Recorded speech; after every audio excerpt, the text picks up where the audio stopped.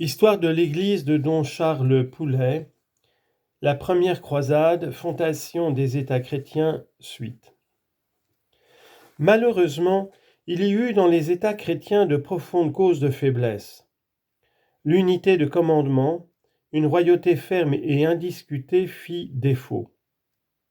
On distingua 4 principautés, Jérusalem, Antioche, Édesse, Tripoli, et la suprématie de Jérusalem sur les 3 autres demeura plutôt nominale.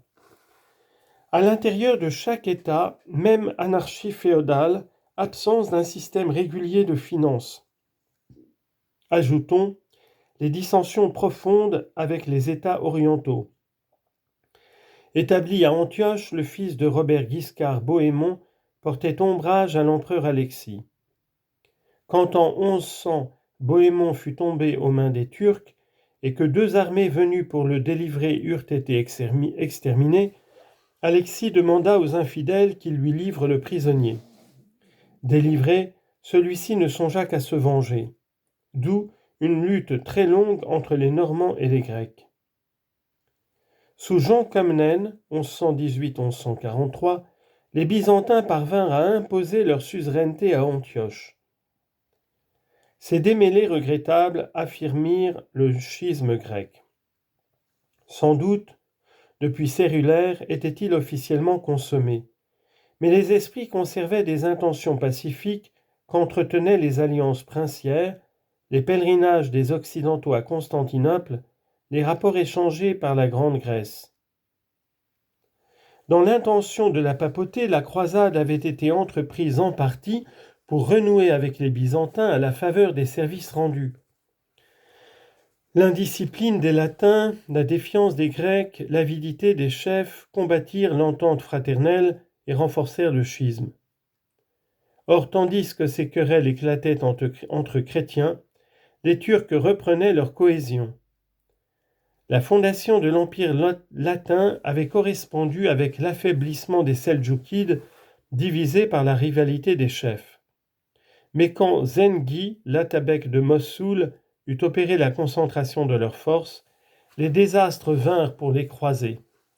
Édesse est prise en 1144 et Jérusalem menacée. 3.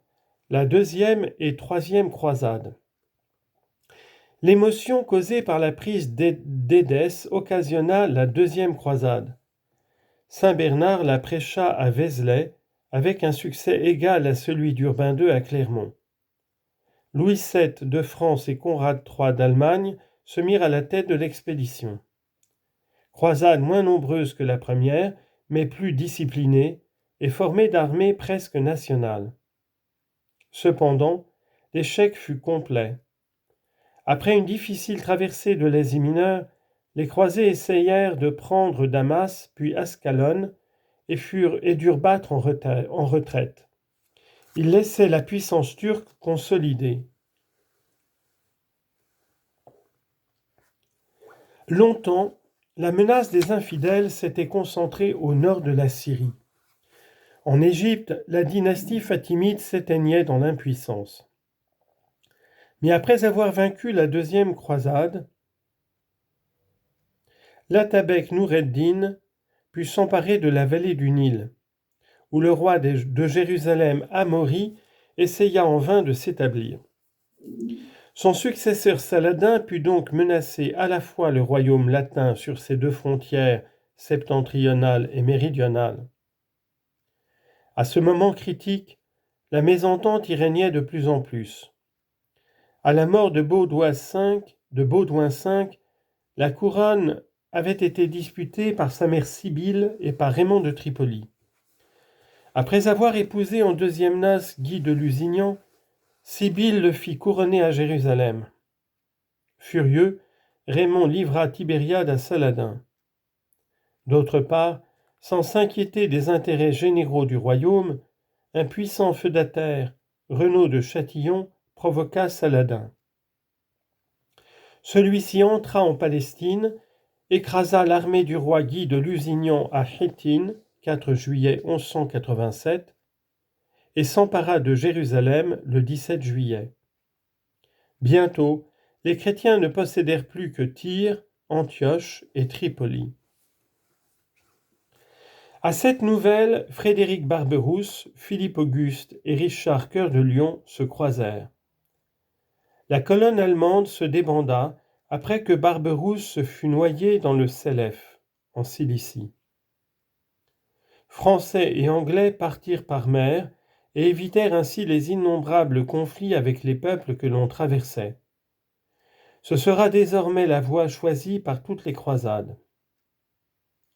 En route, Richard conquit l'île de Chypre, qui deviendra au XIVe siècle le centre de corsaires chrétiens. Malgré les prouesses légendaires de Richard Cœur de Lion, on ne put reprendre qu'un port, Saint-Jean d'Acre, après un siège qui dura 2 ans. Le caractère bouillonnant de Richard, qui resta en Palestine après le retour de Philippe, fit échouer l'expédition. Trop intelligent pour être sectaire, Saladin comprit que son intérêt était de ne pas susciter de nouvelles croisades. Les possessions latines réduites à quelques ports ne l'inquiétaient plus. Ne pouvaient-elles devenir des centres commerciaux faciles à exploiter ? Aussi vit-on ce musulman permettre aux chrétiens le pèlerinage du Saint-Sépulcre. Malheureusement, un utilitarisme analogue gagnait les chrétiens.